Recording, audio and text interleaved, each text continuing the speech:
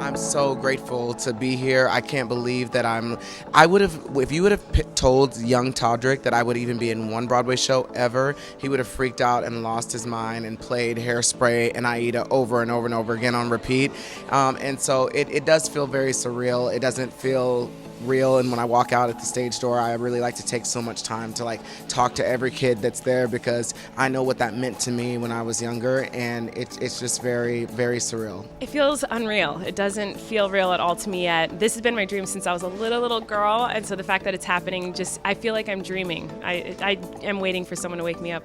I've connected to so much of the character, that awkward, uncomfortable with yourself, kind of neurotic character is something that I kind of live with on the daily. I'm kind of always like a mess, and everyone's always telling me to kind of calm down and everything's going to be okay. So I relate a lot to the character of Dawn.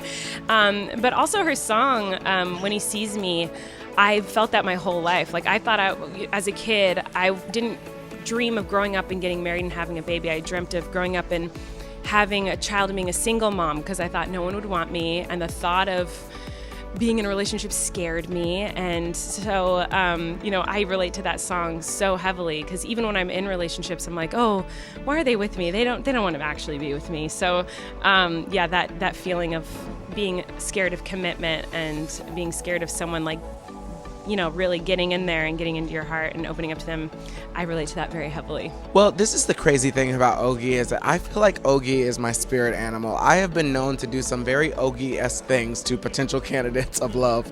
And so I think that now I have the opportunity to live out my like stalker truth on stage every night and then be able to shed that skin. I don't look anything like Ogie. This is a challenge for me. I mean, I played Lola in Kinky Boots and Billy Flynn in Chicago, and that was the thing that made me so excited about doing this, because I've never done a comedic role on Broadway, but I feel like I'm really funny in my own life, and so I'm excited to bring that to the stage and for people to see this new version of the show, and for me to get to do it with Colleen, who is one of my really, really good friends. Is just so awesome. I was going to, no matter what, be in the front row if she got on Broadway for her debut, whatever show that would be, but the fact that I get to be beside her, she's going to be a mess and crying. We're probably both going to be crying, and I'm just excited for people to see this show. I think it's such a fabulous show, and I'm so sad that it's closing in January, but I'm glad that we get to be a part of this legacy, and I hope that people come out and see the show. If they've seen it already, I hope they come and see it again, because it's just truly such an amazing show that makes you laugh and makes you cry. For us, rehearsals have been amazing, but for the people who have been teaching us the show, I'm not sure if they would agree with that, because we can't stop laughing, and I'm very nervous that we are potentially going to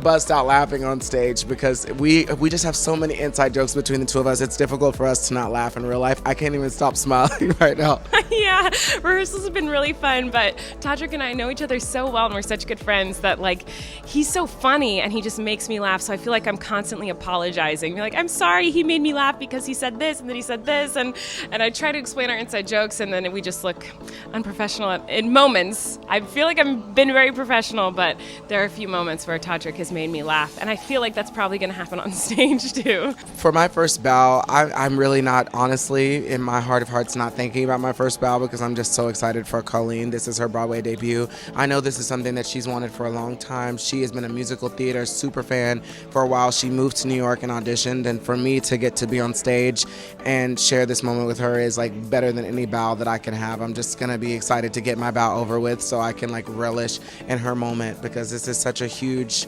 epic, iconic, once-in-a-lifetime moment. And I'm glad I get to be on stage with her when it happens. Crying. He's so sweet. Yeah, look, I'm literally such a mess right now. That's so sweet he said that. I'm really excited. In rehearsals, I've looked at him during the bows, and I've always been like, I'm going to be crying. I'm going to be a mess. He knows how much this means to me, and I think everyone in my family, my friends, my fans, they all know that this is like the top of the top, my biggest dream. So it doesn't feel real. It's very exciting. How does it feel knowing that you're going to have fans coming to see you and Waitress, and it might be their very first Broadway show ever? You're going to be introducing Broadway maybe to them for the first time. What's that like for you? I couldn't be more honored to be the reason anyone is introduced to theater. Theater has meant so much to me.